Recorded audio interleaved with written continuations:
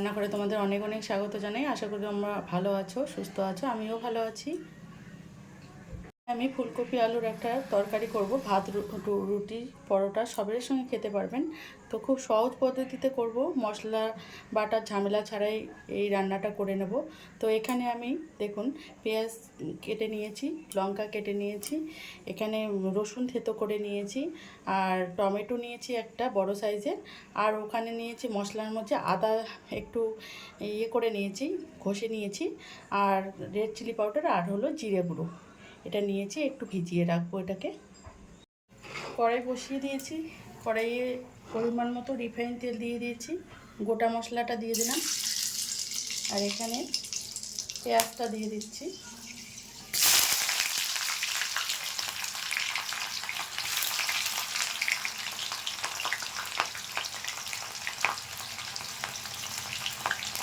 রসুনটাকেও দিয়ে দিলাম।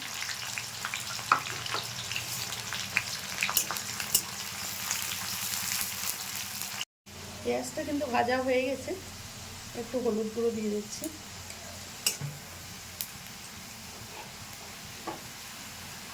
এবারে আমি ফুলকপি আলুটা দিয়ে দেবো।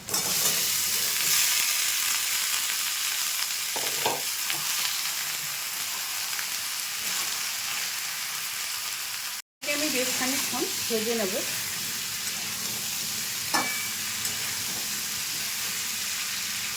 ভেজে নিয়েছি, এখানে আমি টমেটো আর কাঁচা লঙ্কাটা দিয়ে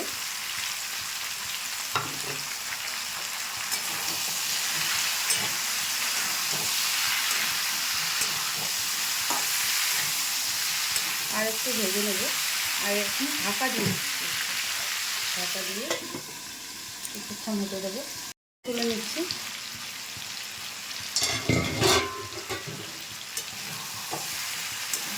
দেখুন টমেটোটা কিন্তু গলে গেছে।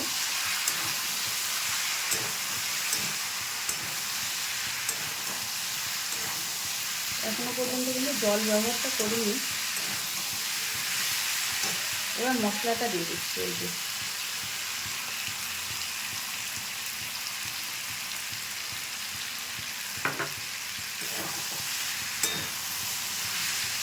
ভালো করে মিশিয়ে নিতে।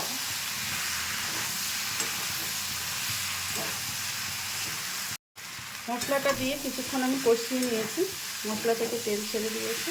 এবার আমি পরিমাণ মতো জল দিয়ে দেবো, যাতে সেদ্ধটা হয়ে যায়।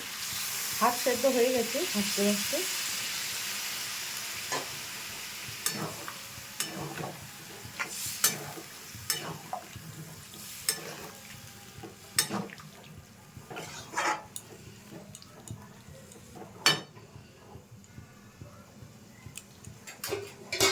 ঢাকা দিয়ে দিচ্ছি। ঢাকাটা তুলে নিচ্ছি।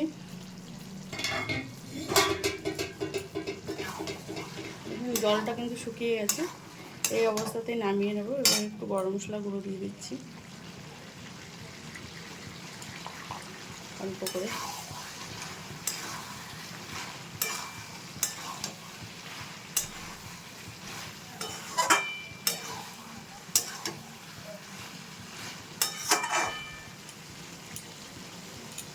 গ্যাসটাকে অফ করে দিলাম।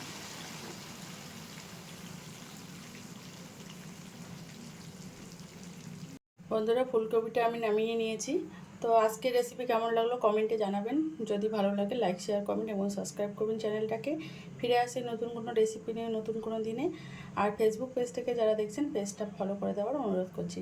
ধন্যবাদ। ভালো থাকবেন, সুস্থ থাকবেন।